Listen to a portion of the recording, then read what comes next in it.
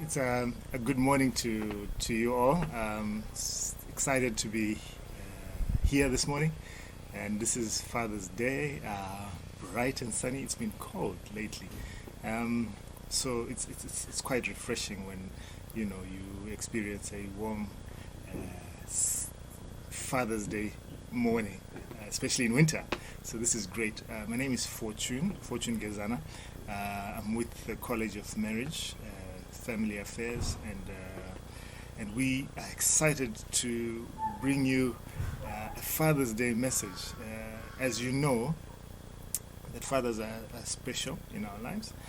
In as much as they are not as celebrated as the mothers, it is exciting to share with you something about fathers this morning. And so I'm just going to take us through perhaps what I'm calling 5 P's of being a father. 5 papas, if you will. And this I am sharing with you, having borrowed from a well-respected leader and pastor. You might be following him, you might not, I don't know. But his name is Bishop T.D. Jakes. And he mentions 5 things, and he calls them 5 P's. And I will run them through for you so that you can get to appreciate what fathers are all about. So the first P he talks about is that a father is somebody who is a protector. Isn't that amazing? A father is a protector. And what does that mean?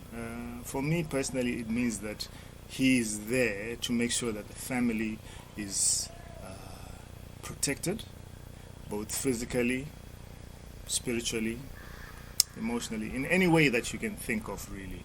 And I find that amazing because usually when we think of fathers, we think of them in one dimension, but when you think of them in 5 dimensions, it's quite intriguing.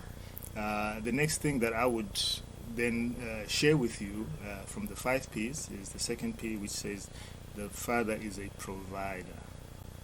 And we most of us are acquainted to that side of fatherhood, where the father is a provider. Traditionally, growing up in a country like Zimbabwe in Africa, we knew our fathers as providers, and some of us even grew up in homes where mom would be the kumusha in the rural setup, and dad would be in town earning a living so that he could support his family back home. And so we are quite well acquainted with the idea of a father being a provider.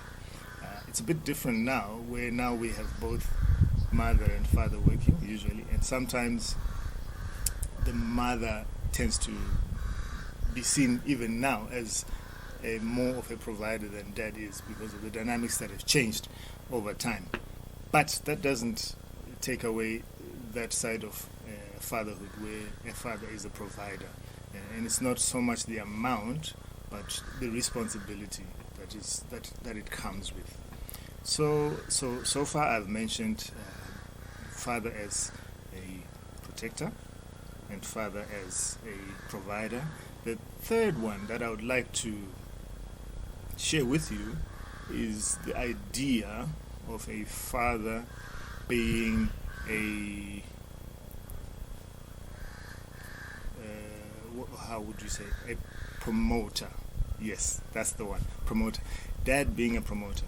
So in that line of thinking, we're saying that being a father and a promoter of his family members is quite interesting, actually, because usually we are seeing our fathers as providers, maybe even as protectors, but a promoter, that's an interesting one.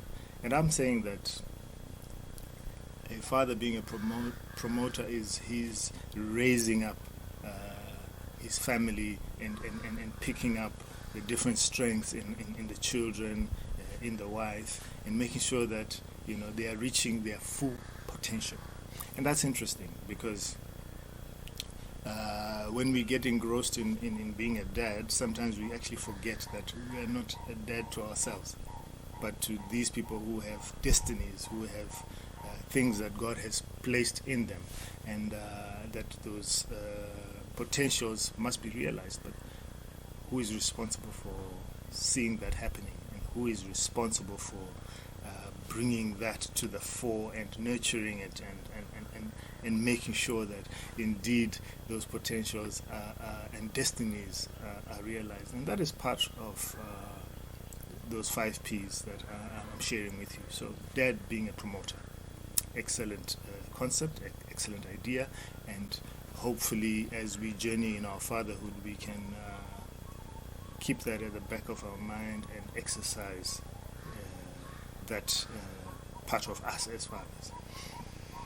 The next P that I would want to share with you is that of the dad being a priest. He is the priest of the home.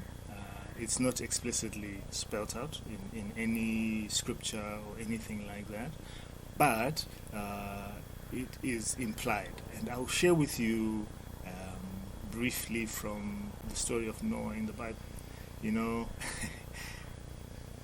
as I researched this, I found this very interesting. If you go into Genesis, from the 8th chapter, from verse 20 downwards, and you go into even chapter 9, the beginning of it, and it talks of how Noah is coming out of the flood, you know, and the interesting thing that I realize is that first and foremost, God trusted Noah, because he said this guy is a righteous guy. Okay, and I'm getting to the point of the priest just now, and he had a way and a character about him that was quite amazing for God then to have a relationship with him. And so the flood happens. He begins to release the animals, whether it's the dove, the raven, to see if there's dry ground and you know the rain has stopped and all these things, and if it's safe to get out.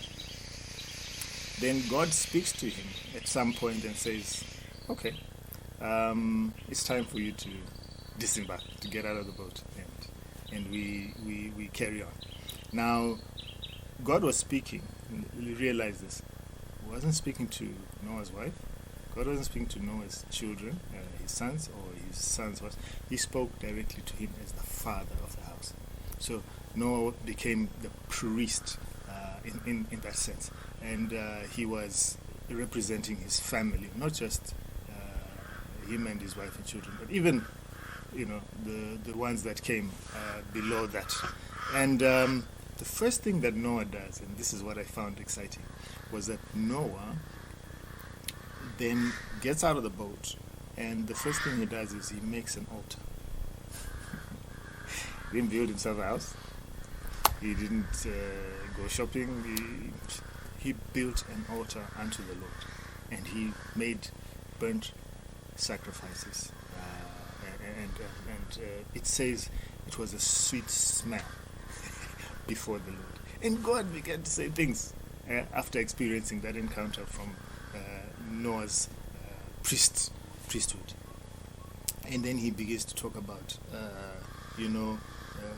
go forth, multiply, have dominion on the earth, and so on and so forth. The very things that he had said to Adam. So I found that quite mind-blowing, actually. And I would like you to, perhaps, if you have not been taking charge of yourself in that sense as a priest of the home, to really reconsider and begin to exercise that aspect of fatherhood, because I think it's important, and the destinies of our family are dependent on it, be it the wife, be it the children, even the generations to come thereafter. So yeah, we are, as fathers, priests of the home, responsible for the spiritual welfare of that house. And the next thing that I would like to share with you, which is the last P, is not necessarily the least of them. In fact, it's powerful. It is the concept of father being a prophet. And watch this, because it gets exciting. So, to illustrate the father being the priest, the prophet of the house, look at the story or the account of Jacob. Jacob, as his wife is giving birth and in the process also dying, she gives birth to a child, and she says, "This child shall be called Benoni." Okay, and the meaning of thereof is that Benoni means that the son of my sorrow. That was the name the child was given by the mother, who's experiencing all this pain and is in the throes of chaos. The child is brought to the father, in this case Jacob, and it says Jacob is given this child and is given the name, and Jacob says no, that's not the name of this child. This child is Benjamin. And the meaning of Benjamin, interesting enough, is that Benjamin means that the son of my right hand. Okay, which in Hebrew and in its meaning thereof is that he is gonna be kingly. He's of a kingly heritage and kingly nature. And quite interesting that when you look at the tribes of 12 tribes of Judah, not Judah, of Israel, Benjamin actually provides some kings to Israel. It's amazing. And this is the father changing the destiny of a child by what he prophesies over this child. And my dear fathers, what you are saying about your children, what you're saying about your wife, what you're saying about your family is profound, amazing. And so don't take lightly what you are as a prophet of the home. Very, very, very powerful. And so I would like to say, enjoy this Father's Day. Let it be the beginning of a journey of deepening your fatherhood, a journey of making sure that you be an example to your children of what fathers should be. Because indeed it's a great responsibility. It's not easy. No one said it was, or it should be. But guess what? With God's grace, we can become amazing dads. We can become people that will bring glory to the Father through our example of being fathers, patterning ourselves and submitting ourselves unto our Heavenly Father, which is what we should be aiming and aspiring to be, just like our dad upstairs. Yeah, so great day to you all. I'm just praying that it will be a day full of reflection on who you are as a father. Don't beat yourself up too much, because we're all learning. No one is perfect. And like I said, by God's grace, we will get to become more and more like our dad in heaven. Wonderful. Have a great day, guys. We'll see you soon.